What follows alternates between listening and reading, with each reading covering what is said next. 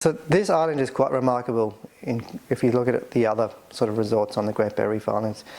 And that's because the owner of this island, of the resort, he just has a really big social and environmental conscience. And so he is basically using this as a test case to show that sustainability works and it can be done. And that's because he cares not just about Lady Elliot Island and protecting his business, but protecting, I guess, the environment in general. So since they took over this island about 9 years ago, they've put significant capital investments in to measures to try and increase the sustainability options, but at the same time it makes financial sense.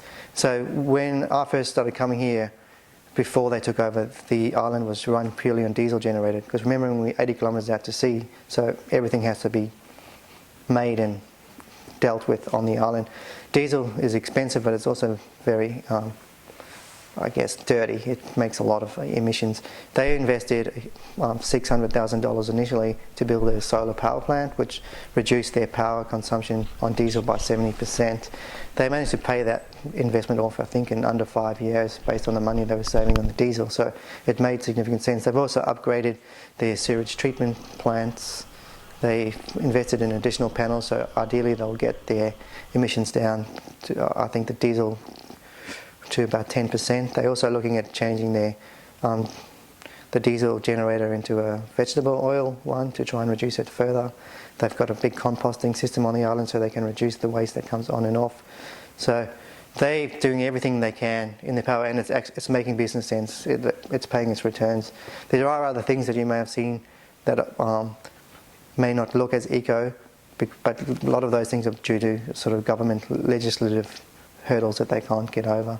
But this is a shining light on the Great Barrier Reef, and hopefully it's a good model to show people that transitioning to renewables is not the end of your life. It's actually the beginning of a bright future.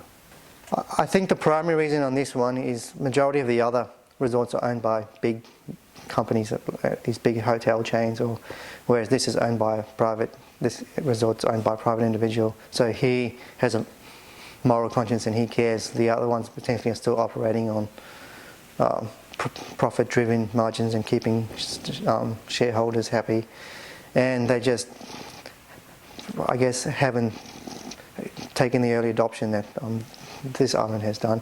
Hopefully, the owner of this island is really quite proactive, and he flies the other people here free of charge to show them what he's done. He doesn't feel like this is his intellectual property. He's happy to show and help others to assist into renewables. So hopefully the others will catch on. But it is a really good model, because if you think about where most of the coral reefs in the world are, they're in developing nations and in sort of small island communities.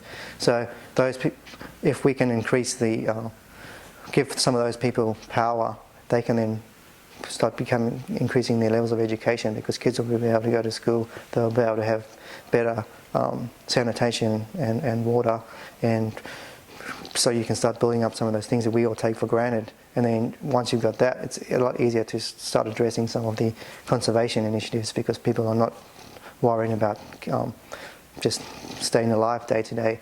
So a lot of these things, this is a small isolated community. I mean, it brings tourists on, but if you took the tourists off, people could survive with all these measures, potentially on a smaller scale. But I think it's a really good model to not just help the environment, but help a lot of people get out of poverty.